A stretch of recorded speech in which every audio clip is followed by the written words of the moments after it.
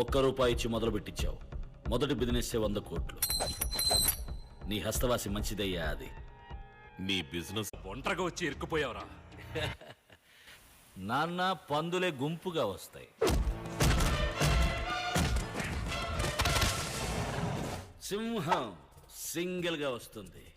Bill ఎంత? ₹20 sir. అది ఇచ్చేసిపో. ఆ 100 కోట్ల మినహాయించు.